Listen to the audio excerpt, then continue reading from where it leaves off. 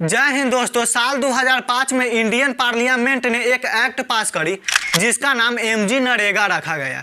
दोस्तों इसका मतलब Mahatma Gandhi national rural employment guarantee होता है। लेकिन दोस्तों उस समय के प्रधानमंत्री मनमोहन सिंह और rural development minister Raghuvansh Prasad Singh ने इस स्कीम को पूरी तरीके से 2006 में यूपी से लागू किया। दोस्तों इस स्कीम का नाम 2009 तक एमजी नरेगा हुआ करता था, लेकिन 2 अक्टूबर 2009 को इसका नाम बदलकर सीधे नरेगा रख दिया गया, जिसका मतलब नेशनल रूरल एम्प्लॉयमेंट गारंटी होता है। दोस्तों यह स्कीम 2006 में तो काफी अच्छा चली, लेकिन आज के समय में यह स्कीम पूरी तरीके से फ्लॉप साबित हो रहा है।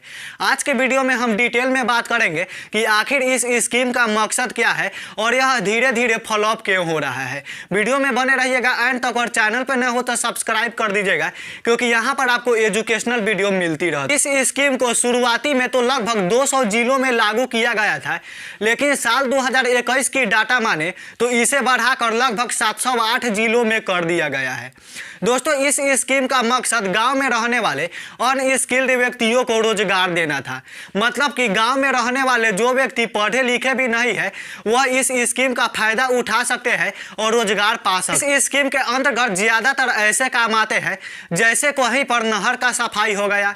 इसके अलावा सरकार के द्वारा जहां पर रोड बनाई जा रही है वहां की साफ सफाई हो गया। इसके अलावा इसमें बहुत सारे ऐसे ही रिलेटेड काम आते हैं।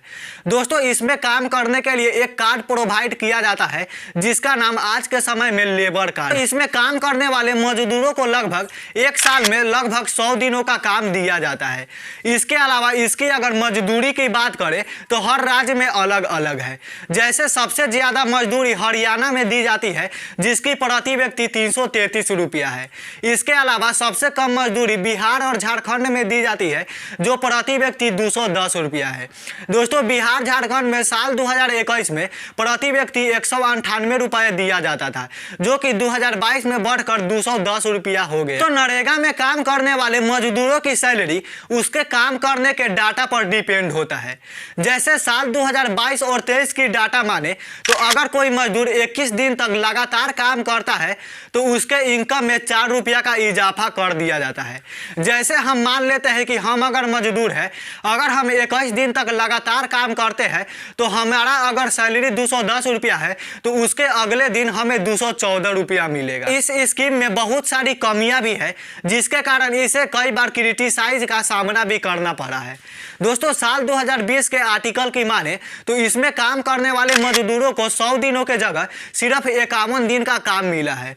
दोस्तों आप यहाँ पर समझ सकते हो, अगर कोई मजदूर लगातार 100 दिन तक काम करता है तो उसे साल में 20,000 की अर्निंग होती है। इसके अलावा अगर वह 51 दिन काम करता है तो उसे सिर्फ 10,000 की अर्निंग होती है। दोस्तों पहले वाले डाटा के अकॉर्डिंग अगर हम पर मंथ की अर्निंग जोड़े तो एक मजदूर लगभग 1700 से 1800 रुपया ही अर्निंग कर सकता है। दोस्तों आप समझ सकते हो कि इस स्कीम में काम करने वाले मजदूरों की कितनी बदतर से बदतर हालत। साल 2006 में शुरू की गई यह स्कीम साल 2010 से 11 तक तो काफी अच्छा चला, क्योंकि उस समय देश में महंगाई काफी कम थी। लेकिन धीरे धीरे यह मनरेगा स्कीम फ्लॉप होते जा रहा है। चलिए जानते हैं आखिर इसके फ्लॉप होने का कारण क्या है। तो इस स्कीम के फ्लॉप होने के कई बड़े कारण हैं, लेकिन आपको हम 2-3 ही कारण बताते हैं जो आपके लिए समझना बहुत ज्यादा जरूरी है। फ्लॉप होने का पहला कारण मजदूर को दिए गए मजदूरी है।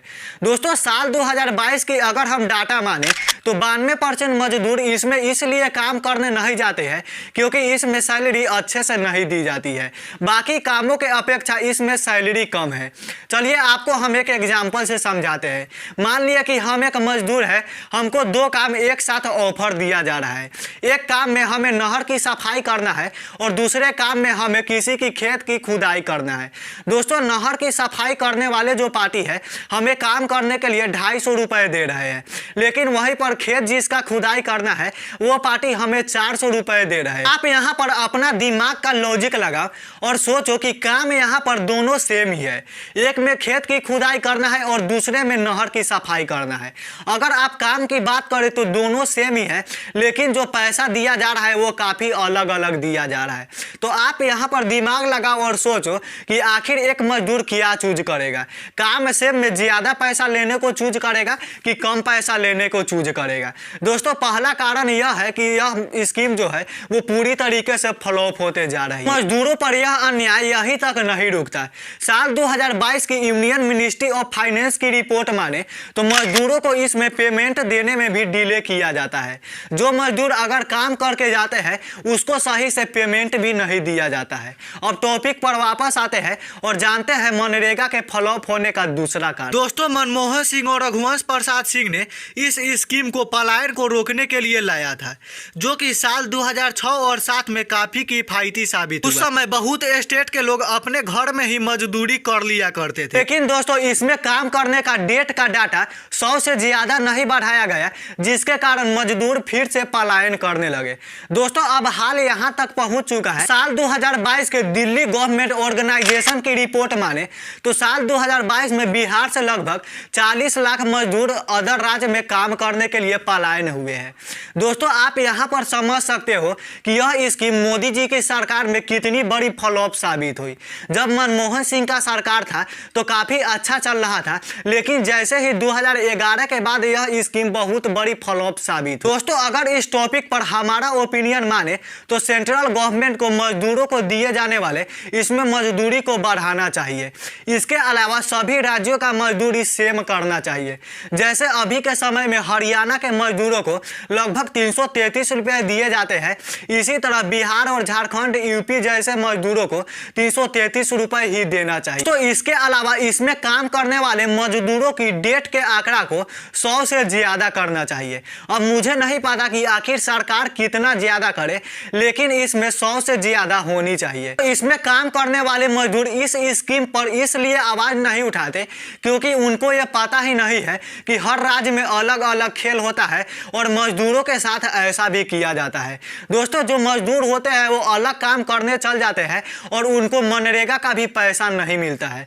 दोस्तों, इस वीडियो को आप ज्यादा से ज्यादा शेयर करें और उन लोगों के पास पहुंचाएं जो कि अभी के समय में मजदूर है। अगर वीडियो अच्छी लगी तो लाइक करना, चैनल पर नए हो तो सब्सक्राइब करना, क्योंकि यहाँ पर आपको एजुकेशनल वीडियो मिलती है। तब तक के लिए जय हिंद, वंदे मातरम।